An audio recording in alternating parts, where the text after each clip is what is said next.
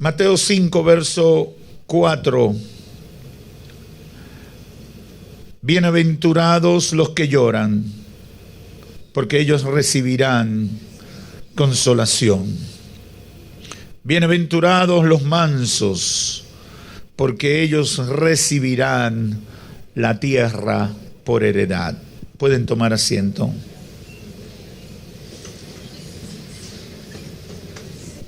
Aleluya. Gloria a Dios. Quiero hablar en esta oportunidad con el tema principios de vida para quienes buscan agradar a Dios, segunda parte. Quiero continuar esto que comenzamos hace aproximadamente un mes.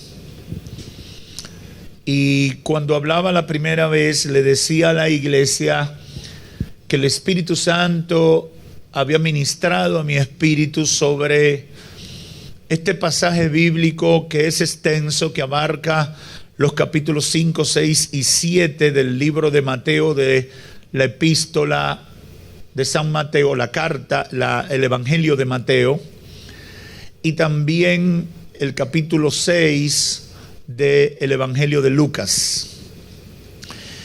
Y testificaba que había entendido esta palabra, había sido impactado, o mis ojos habían sido abiertos al meditar en toda la instrucción que el Señor Jesucristo le da a sus discípulos a lo largo de todo este mensaje, que es el mensaje más extenso de Cristo durante toda su vida y todo su ministerio. Creo sin temor a equivocarme que necesitamos aprender estos principios que hemos llamado principios de vida para quienes buscan agradar a Dios. Necesitamos aprender estos principios porque nos ayudarán a alcanzar la meta. Nos ayudarán a alcanzar el propósito de Dios. Nos ayudarán a vivir la vida cristiana, a vivir la vida que a Dios le agrada. Y yo creo que la mayoría de la gente que está escuchándome quiere vivir una vida que le agrade a Dios. Es más, me atrevería a decir que aún gente que no se congrega, que no está en la iglesia, quiere vivir una vida que agrade a Dios. Pero no siempre está debidamente orientada. No siempre conoce qué es lo que debe hacer. Los principios para no agradar a Dios, para ofender a Dios, para separarnos de Dios ya son conocidos. Y son permanentemente promovidos por el sistema de pecado que impera en el mundo que nos ha tocado vivir. Por eso es necesario que la iglesia diga lo otro. La iglesia dé a conocer lo que son los principios que son determinantes para agradar al Señor con nuestra vida. Y quiero continuar hablando sobre los primeros versículos que presentan la primera parte de este sermón del monte, dado por Jesucristo como instrucción a los discípulos. En la primera parte hablamos del principio número 1 e hicimos referencia o tomamos como base el verso 3, bienaventurados los pobres en espíritu, porque de ellos es el reino de los cielos. Llegamos a la conclusión en esa oportunidad que si quieres vivir una vida que agrada a Dios, tienes que comenzar con convertirte en un pobre de espíritu, una persona que acepta las imputaciones de la justicia divina y con quebrantamiento de corazón busca el perdón de Dios. Un pobre en espíritu es uno que reconoce que no tiene méritos delante de Dios. Uno que reconoce que depende de Dios, que es por la misericordia de Dios que puede tener salvación, que puede tener vida, que puede tener sentido su existencia en la tierra, que depende de la benevolencia del Altísimo. Decíamos que eso no sonará muy atractivo para mucha gente de hoy, pero es la verdad. La gente de hoy vive con otra mentalidad. Pero yo quiero decirte, no hay posibilidad de vivir una vida en comunión con Dios si no nos convertimos en pobres en espíritu. Hoy quiero continuar con los principios 2 y 3 de esta serie a la luz de esta primera parte del Sermón del Monte, que son las bienaventuranzas. Y el principio número 2 es el verso 4. Bienaventurados los que lloran, porque recibirán consolación. Otras versiones dicen: bienaventurados los afligidos, porque serán consolados. ¿Qué quiere decir esto? Porque es difícil entender felicidad, dicha, gozo y todas esas cosas bonitas a partir de un estado de aflicción o de un estado de tristeza. Eso como que no pega, diríamos popularmente. No podemos hablar de gozo a partir de aflicción. No podemos decir que es dichoso. Normalmente no podemos entender eso, porque normalmente la aflicción nos lleva a la muerte, nos lleva a la tristeza, al dolor, al quebranto. Pero hay una tristeza bendita en las palabras que Cristo comunica a sus discípulos. Es la aflicción, es el lloro, es la tristeza del penitente. Es la dicha del que lamenta sus pecados, del que le duele haber vivido fuera de la gracia, de aquel que entiende que cuando Dios le recibe está pasando por alto cosas terribles que hizo en el pasado. Y llora de sensibilidad frente a la gracia redentora. Llora de reconocimiento de un amor que no tiene explicación, de una bendición que no merece. Aleluya. Y llora, y Cristo se refiere a eso. Dichosos los que lloran.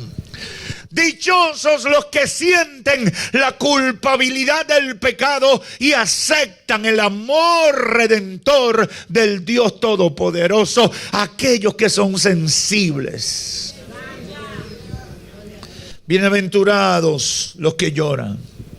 Cuando usted hace un estudio detallado de este pasaje, va a notar en el idioma original griego que se escribió el Nuevo Testamento, hay 9 palabras que se usan para hablar de lloro o de llorar, para expresar tristeza.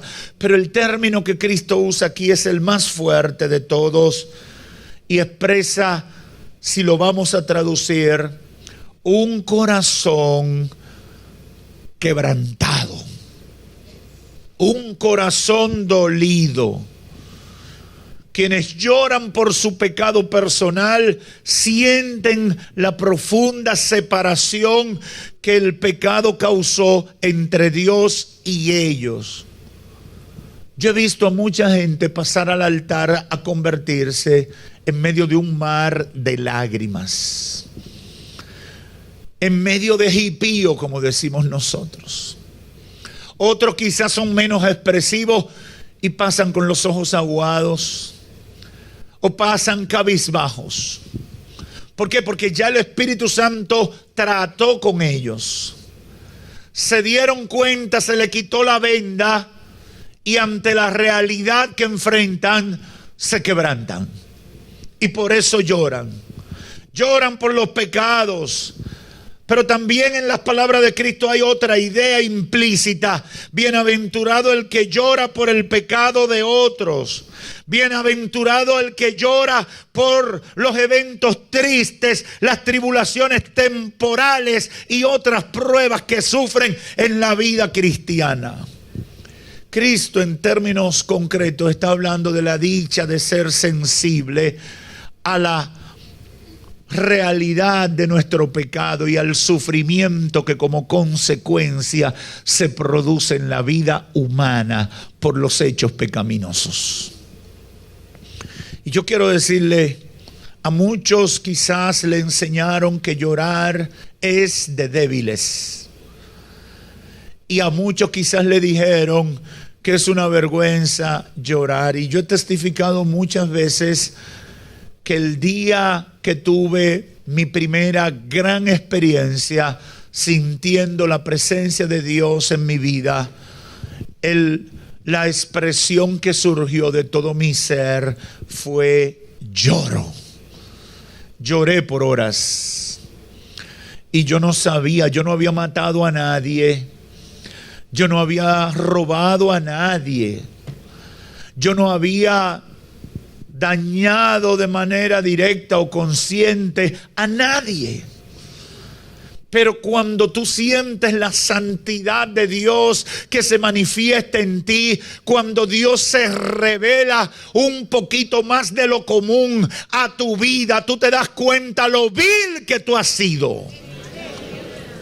Y qué bendición es que ese Dios tan grande, santo y maravilloso se revele a tu vida. Y entonces de ti viene el quebrantamiento, viene esa forma de doblegarnos en lágrimas delante del Señor. En definitiva, esa sensibilidad es una dicha cuando se trata de nuestra vinculación con Dios, de nuestra relación con Dios, de nuestro acercamiento a Dios. Hay gente que llora por otros motivos. Hay gente que llora porque se ganó un dinero, porque ganó un concurso. Otros lloran y algunos dicen, míralo, con lágrimas de cocodrilo, para buscar la aceptación de algunas personas. Pero Jesús se está refiriendo en estas palabras a la dicha del que es sensible, a la dicha de aquel que se quebranta frente a Dios, frente a su santidad, frente a su misericordia, frente a su favor. Dichoso eres, y que nadie te juzgue, y que nadie se levante con comentarios ofensivos y despectivos. Hermano, aprenda a reconocer cuando una gente está quebrantado delante de la presencia de Dios. Usted tiene que dejarlo que fluya ahí, porque todo lo que va a pasar en esa vida es bueno. En el Antiguo Testamento hay un episodio bíblico que usamos con frecuencia y viene a mi memoria en esta hora, cuando Ana, la mujer del Cana, que luego se convirtió en la madre de Samuel, el gran profeta, juez y sacerdote del pueblo de Israel, llegó al templo. Llegó al templo con su carga. Llegó al templo con su tribulación. Llegó al templo con su ansiedad y con su desesperación. Y dice la Escritura que lloraba profundamente. El sacerdote Elí, cuando la vio, la confundió con una borracha, con una ebria. Y ella le dijo, no estoy ebria, no estoy borracha, estoy derramada delante del Señor. Tengo un dolor profundo en mi corazón y necesito desahogarme en su presencia. Y por eso yo puedo entender las palabras de Jesús cuando dice, dichosos los que lloran, dichosos los que se afligen delante de mi presencia. La sensibilidad espiritual está presente para reconocer que necesitan de Dios, que necesitan la ayuda de Dios, que necesitan el consuelo de Dios. Y por eso la respuesta de Cristo es: bienaventurados, dichosos, ustedes que lloran, porque recibirán consolación. Hermano, yo no le mando a llorar delante de los hombres ni de las mujeres, pero delante de Dios. conviértase en un llorón. Puede llorar en la presencia del Señor. Y es terapéutico. Porque cuando lloramos delante de la presencia de Dios, el Espíritu Santo funciona como nuestro médico de cabecera. Y pasa ungüento sobre nuestras heridas. Pasa ungüento sobre nuestras heridas, las limpia, las cura y las sana. Yo no sé cuántos de los que están aquí entienden lo que yo estoy diciendo. A veces uno llega en tribulación delante del Señor y el Espíritu de Dios trata con uno y uno llora. Y cuando se para de ese lugar, uno siente que su vida ha sido sanada. Porque como Cristo dice, recibirán consolación. Sea sensible, deje el orgullo, deje la altivez de espíritu, deje esa fanfarronería, deje el hedonismo. Deje todas esas actitudes que hoy se promueven como buenas y notables, pero que nos hacen ser gente despreciable. Hay que ser sensible delante del Señor. Hay que ser quebrantado de corazón delante del Señor. A Dios no le venga con poses, carabelita. A Dios no venga con ínfulas de grandeza. Dios sabe quiénes somos. Dios conoce lo que hay abajo. Dios conoce lo que hay adentro. Dios conoce lo que ha ocurrido alrededor de nosotros.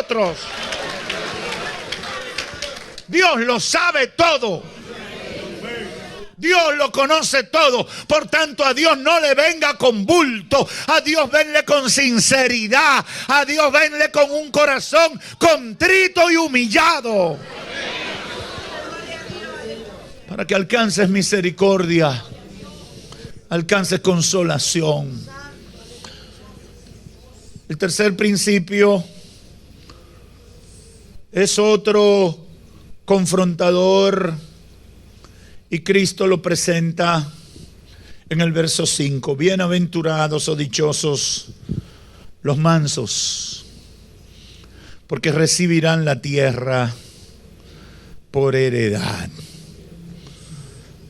La definición corriente de una persona mansa es alguien benigno, es alguien apacible, es alguien sosegado, es alguien tranquilo. Sin embargo, muchos hoy en día ven una actitud o conducta o una forma de ser así como algo perjudicial, algo dañino, desventajoso. Y yo, en forma de broma, muchas veces le digo, hermanos, estamos llamados a ser manso, pero no lo confunda con menso. Ese término lo usaban mucho unos comediantes mexicanos en los 80. La mansedumbre de que la Biblia habla no implica rebajarse ni arrastrarse. La mansedumbre que la Biblia habla no es servilismo, cobardía, ni renuncia indebida a nuestros legítimos derechos. La mansedumbre que está hablando el Señor aquí hace referencia al sentir que hubo en él, a no tener un ánimo dado a la ira, no tener una precondición a la violencia o una predisposición a la violencia.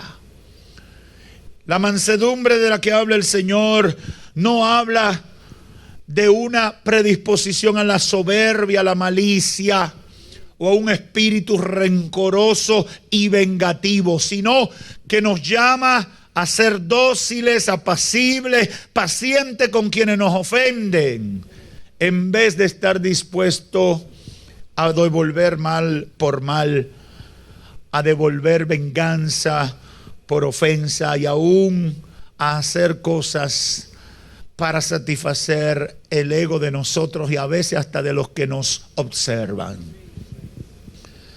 Los mansos son quienes confían y esperan plenamente en Dios y no en sí mismos. Esos son los mansos. Tú me la hiciste, me ofendiste, pero yo no voy a reaccionar como tú quieres que yo reaccione. Y no tengo duda de que Dios se encargará de resolver ese problema, porque yo he aprendido a confiar en Él. He aprendido a depender en Él. Los mansos son la gente serena. Son los que permanecen en silencio. Son los que dan una respuesta suave, aunque merezcan o tengan derechos a responder con ira. Los mansos son los que tienen control de su voluntad, control y dominio de sus reacciones. Son los que con conocimiento prefieren sufrir y perdonar muchas injurias antes que vengarse de aquellos que le levantan injurias y falsos testimonios. No son inconscientes, pero a partir de su conciencia reaccionan como Dios espera que ellos reaccionen para evitar la violencia, para evitar un daño irreparable que se produce con las reacciones carnales ante los desafíos de la vida. La mansedumbre de la cual se habla aquí hace referencia a ese sentir que hubo en Cristo. Fíjese en el testimonio del Señor, que dejó que pasara todo lo que tenía que pasar para cumplir el propósito de Dios, y teniendo poder para revertirlo, no lo usó cuando tenía el derecho de usarlo por los abusos que estaban cometiendo contra él. El manso se sujeta al propósito de Dios antes que al deseo de su carne. Se sujeta al propósito de Dios antes que el deseo de su carne. ¿Cuánta gente vive provocando? ¿Cuánta gente sale a la calle a buscar problemas? ¿Cuánta gente no nos enfrenta con palabras hirientes? Hermanos, si uno se lleva de lo que sale de la boca de la gente, uno termina como muchos, en la cárcel o en el hospital. Jesús dice, son dichosos los que son mansos, los que con conocimiento deciden actuar apaciblemente, los que con conocimientos y derechos deciden ser dóciles, los que deciden ser pacientes con quienes les ofenden, los que no devuelven mal por mal, sino que están prontos a vencer el mal con el bien y aún sacrificar sus derechos si acaso de esa manera se puede servir mejor al Señor. Pero sobre todo conectan lo que hacen con el propósito de Dios. Yo no soy manso porque soy bueno. Yo soy manso porque soy hombre de propósito en Dios. Tú no vas a ser manso porque no tienes fuerza para responder. Es que el propósito de Dios en tu vida está primero que todo lo que tú quieras hacer conforme a los deseos de tu carne. Yo no sé si hay gente que me está entendiendo. No es que yo no tenga piel que sienta, es que decidí controlar mis emociones porque quiero agradar a Dios y quiero dar el testimonio que Dios espera de mí en esa circunstancia. No soy menso, soy manso. Decidí controlarme. Decidí sujetar el deseo de mi carne a la voluntad de Dios. Al final es mejor negocio, pero uno no lo entiende. Al final el resultado es más beneficioso, pero a uno le cuesta entenderlo. Pero quiero ser breve porque en este culto no nos podemos extender mucho. Y quiero dejar 2 o 3 conclusiones alrededor de estos 2 principios. Número 1, como casi toda la Biblia, Estas declaraciones de Jesús son confrontadoras a la luz del pensamiento de la gente común. Son confrontadoras. Pedirte que llore, que sea sensible, y decirte que es bueno ser manso, y prometerte que Dios va a consolarte y que Dios te va a dar la tierra por heredad por esa conducta. Esas son declaraciones, palabras confrontadoras a la luz del pensamiento de la gente común. Estos dos principios que hemos tratado plantean como dicha o felicidad ser manso y llorar por la maldad, por el pecado, por las cosas que nos alejan de Dios. Pero yo quiero decirte en esta hora, son principios que garantizan una vida de comunión con Dios, de vivir en la voluntad de Dios, siempre y cuando entendamos la manera en cómo Dios ve estas cosas. Son principios que garantizan. ¿Qué esperan la gente? Que uno sea violento. ¿Qué espera la gente? Que uno no sufra por nada. Que uno, y en días pasados, creo que fue cuando prediqué el primer mensaje de esta serie, hablaba de un pensamiento que hay en la gente y que se ha popularizado. La gente no quiere admitir que ha hecho nada malo. Y usted oye a la gente, los artistas, la gente famosa, la gente que sale en los medios entrevistándole, diciendo, siempre hay un preguntón que quiere ganarse el favor del que entrevista.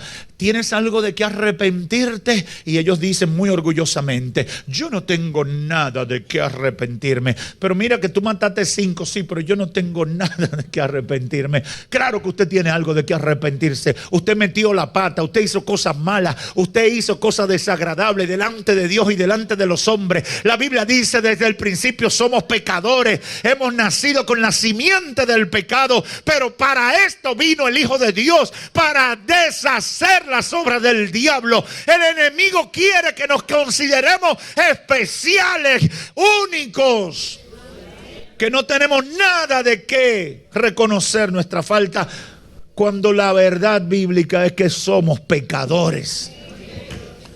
Pablo, escribiendo a los Romanos, dice, por cuanto todos pecaron, están destituidos de la gloria de Dios. Yo tengo que comenzar reconociendo que yo soy un pecador y que necesito a Dios. Si tú no comienzas por ahí, no vas a ver la gloria de Dios en tu vida. Estos principios garantizan una vida de comunión con Dios. Estos principios garantizan una vida de vivirla en la voluntad de Dios, siempre y cuando entendamos la perspectiva de Dios. No puede ser la perspectiva de la sociedad. La sociedad nos va a calificar de todas las cosas malas. De todas las cosas malas. Y en el tercer mensaje de hoy voy a hablar de los resultados que de cara a la sociedad, comparativamente frente a los de Dios, vamos a tener que enfrentar por seguir los principios. Pero a la sociedad no le hace gracia la gente que es sensible por su condición de pecado. La gente que llora por su pecado. A la sociedad no le hace gracia. No le hace gracia que tú seas manso. La gente quiere verte pelear. Yo recuerdo que cuando uno era niño, no sé si ahora, pero yo creo que ahora también, los muchachitos querían siempre, al final, tenían una diferencia y como en el colegio no se podía pelear, esperaban salir afuera. No te apures, afuera yo te encuentro.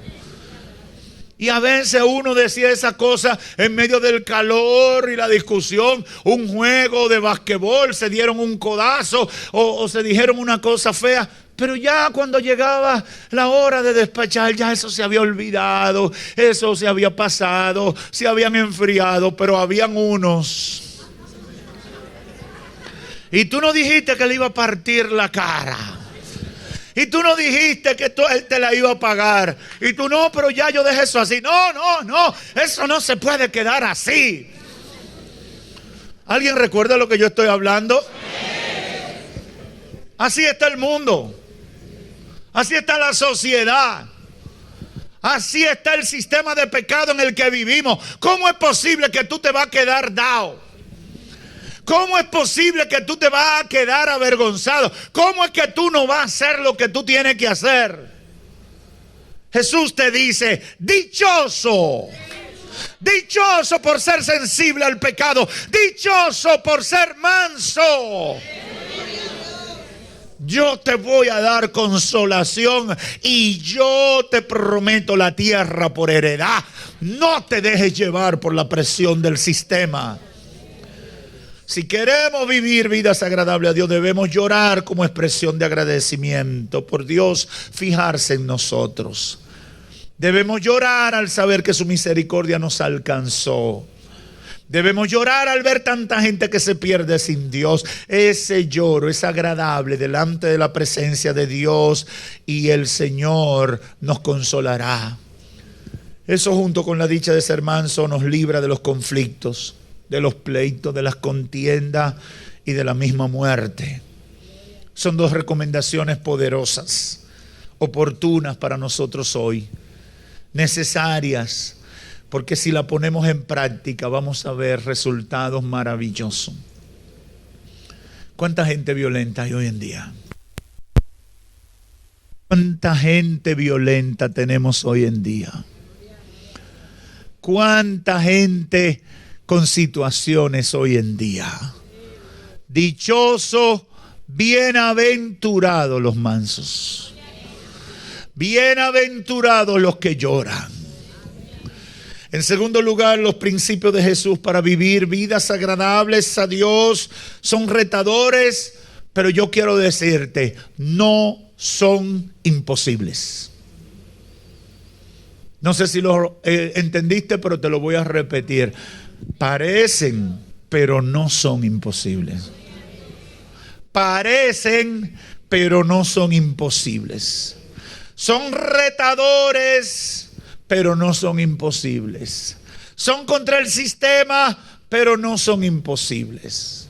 El Espíritu Santo nos dará la fuerza para nosotros responder adecuadamente, conforme a la circunstancia y al deseo que tenemos de agradar a Dios. Yo reto a los violentos, a los que dicen que son mecha corta, a los que dicen que son arrebatados, a los que dicen que no le aguantan nada a nadie, a los que dicen que no tienen nada de qué arrepentirse, a los que dicen que no lloran por nada ni por nadie, a los que dicen que no necesitan nada de eso. Yo los reto a probar las recomendaciones de Cristo. Y yo le garantizo que la satisfacción de una vida en comunión con Dios no le igualará nada de lo que tú hasta ahora has estado haciendo. Vale la pena vivir una vida agradable a Dios. Vale la pena. Es maravilloso. Es lo mejor que se puede sentir en esta tierra. Todo el que me escucha, y esto lo han dicho muchos que han estudiado la conducta y el pensamiento o el ser, las cosas que se sienten interiormente en el ser humano. No hay nada mejor que vivir de acuerdo con Dios. Cuando usted está viviendo de acuerdo con Dios, usted se siente bien, aunque tenga hambre, aunque no tenga nada en el estómago. Cuando usted vive en comunión con Dios, cuando usted siente que la justicia divina no lo persigue, usted se siente cómodo, usted se siente con expectativa, usted siente que le quitaron un peso de la cabeza, de los hombros. Cuando al contrario usted siente que está en un problema con Dios, a veces la gente llega a la iglesia y como sabe que está en pecado, se la pasa mirando a la derecha y a la izquierda, para arriba y para abajo, porque cree que todo el mundo lo está analizando y que tiene el video de lo que ellos hicieron. Y como ahora todo lo capturan en video, hay mucha gente que vive la vida así. Algunos popularmente dicen, viven jucho. Viven en temor, viven sintiéndose perseguidos. Pero qué bueno cuando uno vive una vida que es agradable a Dios. Qué bueno experimentar esa sensación de libertad. Qué bueno experimentar esa sensación de no culpable. Qué bueno experimentar esa sensación de comunión con el Altísimo. Que el cielo celebra mi conducta y todo lo que yo soy y todo lo que yo hago. Ahí sí, de verdad, el que vive así no tiene nada de qué arrepentirse. Vive cómodo. Yo les recomiendo a todo el mundo, prueba una vida agradable a Dios. Prueba vivir conforme a la voluntad de Dios para que tú sepas lo que es vivir vida buena en esta tierra. Yo no sé si aquí hay alguien que puede decir que ha disfrutado lo que yo estoy hablando. Aleluya. Aleluya. Piensa en la vida que vivías antes lejos de Dios y compárala con la que tienes ahora y podrás decir la diferencia. Los principios de Jesús para vivir vidas agradables son retadores, pero no son imposibles. Y por eso mi consejo es que si quiere agradar a Dios, siga las instrucciones, porque al final ninguna otra manera de vivir en esta tierra será más satisfactoria. Y ni qué decir de la eternidad. Hermano, siéntete bien haciendo lo que a Dios le agrada. No te lleves de lo que diga la gente. Una de las cosas que los cristianos aprendemos es a no vivir conforme a lo que dice la gente. La gente dice cualquier cosa. Ay, tú estás gordo, tú estás flaco. En un día a usted le dicen dos opiniones tan diametralmente opuestas como esa. Hay gente que dice, tú estás joven. Y después otro dice, ay, pero tú estás acabado.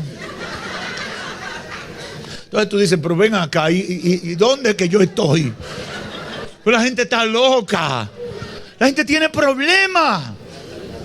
Preocúpate de cómo Dios te ve. Preocúpate de qué piensa Dios de ti. ¿Cuál es tu situación con Dios? Yo no sé lo que diga la gente. Tampoco debe importarme tanto. Lo que Dios dice, lo que Dios ve en mí, eso es lo que vale. Al cierre le digo a todos los amigos que hoy pueden comenzar a vivir una vida agradable a Dios. A partir de una decisión de fe. Mi consejo es que se conviertan a Cristo. No puedes esperar que Dios haga cosas grandes en tu vida si quieres vivir como tú deseas o como tú piensas, conforme a los principios del mundo de pecado en el que vivimos. Si tú quieres cambio, si tú quieres agradar a Dios, tienes que cambiar la constitución de tu vida. Hazle una reforma constitucional a tu vida. Y nada más necesita un solo voto, el tuyo.